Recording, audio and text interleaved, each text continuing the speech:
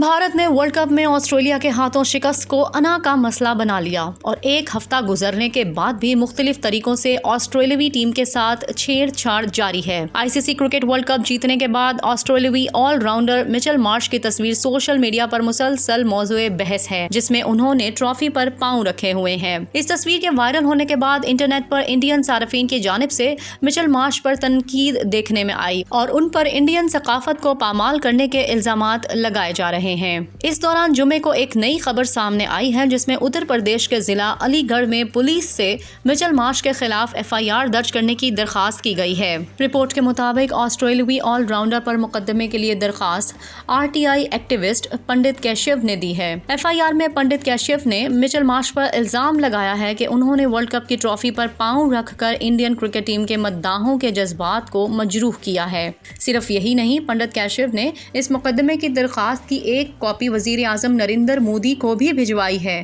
اور ان سے درخواست کی ہے کہ مچل مارش کو انڈیا میں کھیلنے کی اجازت نہ دی جائے۔ دوسری جانب Indian fast bowler Mohammed Shami بھی مچل مارش کے اس حرکت پر خوش نظر نہیں آ رہے۔ میڈیا سے بات کرتے ہوئے محمد شامی کا کہنا تھا کہ مجھے اس حرکت پر کافی دکھ ہوا ہے۔ جس ٹرافی کے لیے دنیا کی ساری ٹیمیں لڑتی ہیں، وہ ٹرافی جو آپ اپنے سر کے اوپر اٹھانا چاہتے ہو، اس ٹرافی پر پاؤں رکھنے سے مجھے کافی دکھ ہوا ہے۔ خیال رہے 19 نومبر کو احمد آباد کے نریندر مودی اسٹیڈیم میں کھیلے گئے ICC کرکٹ ورلڈ کپ کے فائنل میں آسٹریلیا نے انڈیا کو 6 وکٹوں سے شکست دے کر چھٹی مرتبہ ٹائٹل اپنے نام کر لیا تھا۔ تاہم بھارتیوں کو یہ ہار ہضم نہیں ہو رہی۔